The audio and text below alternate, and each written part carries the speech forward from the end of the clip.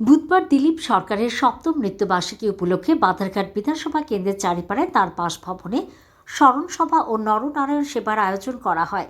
এদিন এলাকার অসংখ্য গুণমুগ্ধ সমর্থক তাঁর প্রতিকৃতিতে পুষ্পার্ঘ্য অর্পণ করে শ্রদ্ধা জানান। স্মরণসভায় উপস্থিত ছিলেন মন্ত্রী টিঙ্কু রায়, আগরতলা পুর নিগমের মেয়র দীপক মজুমদার, বাধারঘাটের বিধায়িকা তথা প্রয়াত নেতার কনিষ্ঠ ভগিনী মীনা রানী সরকার, বিজেপির সদর জেলা সভাপতি অসীম ভট্টাচার্য, মণ্ডল সভাপতি মনীষ দেব সহ অন্যান্য নেতৃবৃন্দ। উল্লেখ্য, দিলীপ সরকার 5 বারের বিধায়ক ছিলেন। 1988 সালে তিনি প্রথমবার কংগ্রেসের টিকিটে বিধায়ক নির্বাচিত হন। পরবর্তীতে তিনি বিজেপিতে যোগ দেন এবং মৃত্যুর আগ পর্যন্ত বিজেপির বিধায়ক হিসেবে এলাকার মানুষের জন্য কাজ করে গেছেন। স্মরণসভায় বক্তারা তাঁর রাজনৈতিক জীবন, জনকল্যাণমূলক কর্মকাণ্ড এবং সাধারণ মানুষের সঙ্গে তার নিবিড় সম্পর্কের বিভিন্ন দিক তুলে ধরে তাকে শ্রদ্ধার সঙ্গে স্মরণ করেন।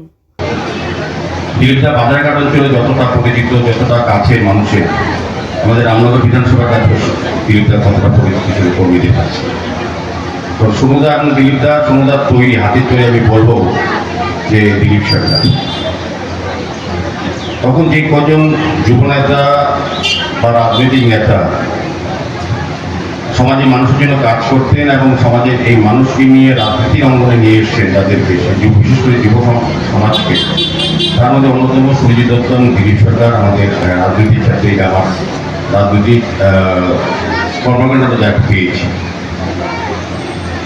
কাজে আজকে দিলীপদার কথা খুব মনে পড়ে।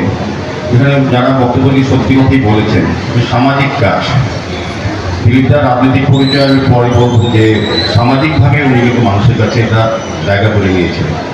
মানুষের আপদে বিপদে সুখ দুঃখে জননেতা যাকে বোঝায়, আমি দিলীপ সরকারকে দেখেছি। আমি প্রায় দিনই আসতাম, প্রথম সপ্তাহে বন্ধ 5 দিন। এরকম অমায়িক, এরকম একজন সজ্জন বিধায়িকা আমাদের সঙ্গে মীনাদি আছেন। ওনাকে দেখলে বোঝা যায় যে দিলীপদার মধ্যে কি গুণ ছিল, বা দিলীপদার থেকেই এগুলো পাওয়া, যেভাবে তিনি এত মানুষের সঙ্গে মিশে তিনি কাজ করছেন বা এখনো আমরা দেখি।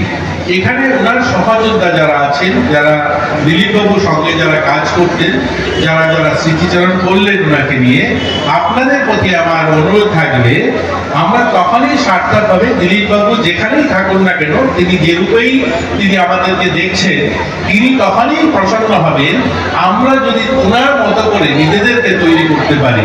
মানুষের ভাবনায়, মানুষের ভালোবাসায় ওনার যে ডেডিকেশন, উনি যেভাবে মানুষের প্রতি ওনার ত্যাগ ছিল, মানুষের প্রতি দায়িত্ব বোধ ছিল, কর্তব্য বোধ ছিল, উনি যেভাবে মানুষের জন্য নিজের জীবনের সমস্ত কিছু উৎসর্গ করে দিয়েছে, আমরা যদি কিঞ্চিত মাত্র ওনার মতো করে নিজেদেরকে তৈরি করতে পারি, আজ যারা এখানে রাজনৈতিক যারা আমরা ওনার সহযোদ্ধা আছি, তবেই ওনার স্মৃতিচারণ করা